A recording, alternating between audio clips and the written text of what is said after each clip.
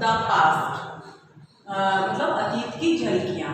इसका जो बचा हुआ लेसन था उसको आगे पढ़ा रहे हैं। इसकी वर्ड मीनिंग है लर्निड मानी शिक्षित, कैपेबल मानी समर्थ, ओ मानी कृतज्ञ होना, अप्रेस मानी दमन करना, ट्रायल मानी सुनवाई, गुड्स मानी माल या सामान, वर्थ मानी कीमत या मूल्य, फिर पपेट्स मानी कठपुतलियाँ, और रुइन मानी विनाश करना।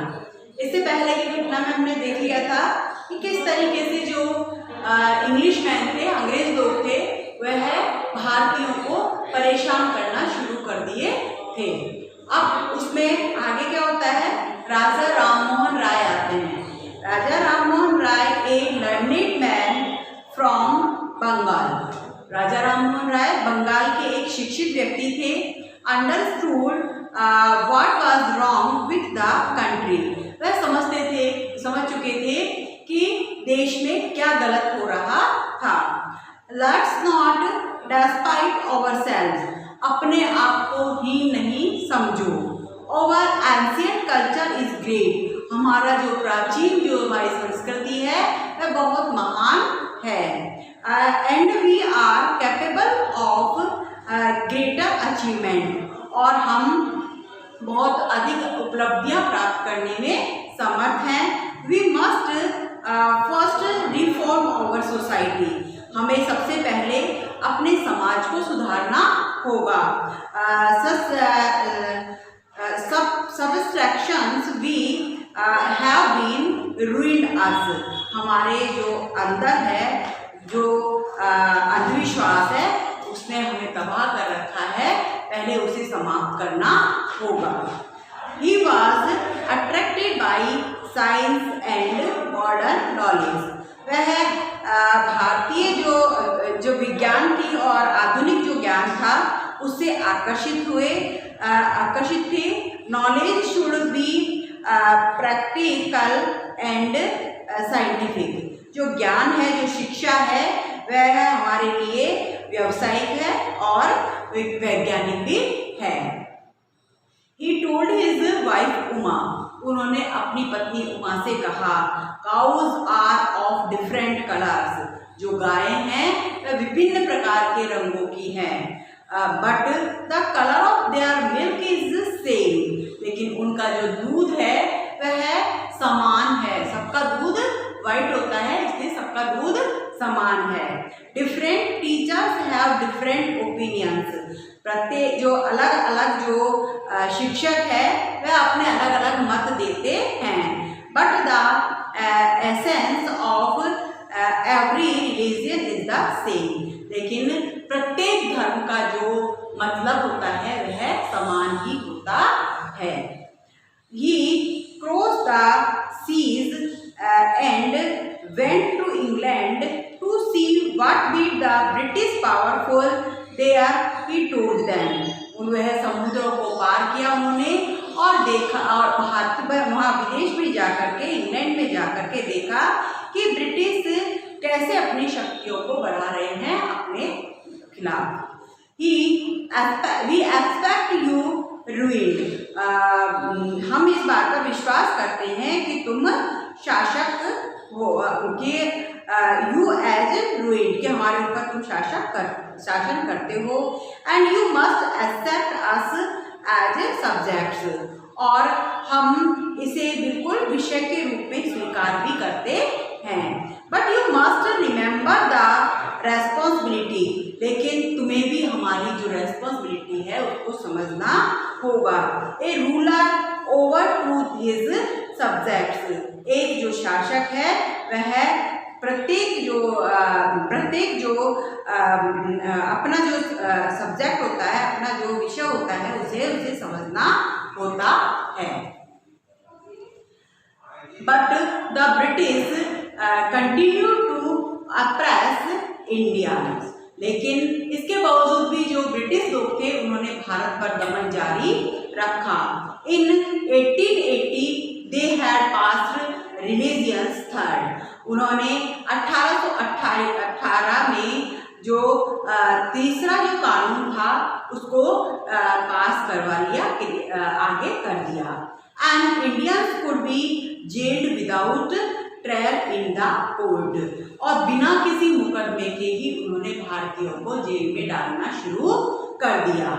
All the times British offers in Indian Drew big salaries and also made fortunes of private business. हमेशा जो हर समय जो ब्रिटिश ऑफिसर्स थे वह भारतीयों को बहुत बड़ी salary, draw big salaries and also made Fortune in private business. वह हमेशा उनको प्राइवेट बिजनेस के लिए उकसाते रहते और उन्हें बड़ी सैलरी का वादा करते। In 1829 Britain was exporting British goods worth 7 crore rupees to Indian. 1829 में जो ब्रिटिश लोग थे उन्होंने 7 करोड़ रुपए का जो माल था वह निर्यात किया भारत के लिए। The British prospered on the company's loot while Indian industries began to die। जो ब्रिटिश लोग थे वह उनकी जो कंपनियां थी वह समृद्ध होती गई, जबकि जो भारतीय जो धंधे थे, उद्योग धंधे थे, वह बंद होते गए। Governor general Bentinck reported back home. जो गवर्नर जनरल थे बेंटकिंट, वह ब्रिटेन से इस चीज की रिपोर्टिंग करने के लिए आए या खबर ले लेने के लिए आए। The bones of cotton weavers are bleaching the plains of India. जो भारत की जो वीवर्स है, जुलाया है, उनकी जो हड्डियां हैं वह भारत का जो मैदान है उनको बदरंग कर देगी या उनको खराब कर देती है। Education in India was Persian and Farsi and Sanskrit. Bharat की जो एजुकेशन थी फारसी और Sanskrit. In 1835 a Englishman named Macaulay suggested a change.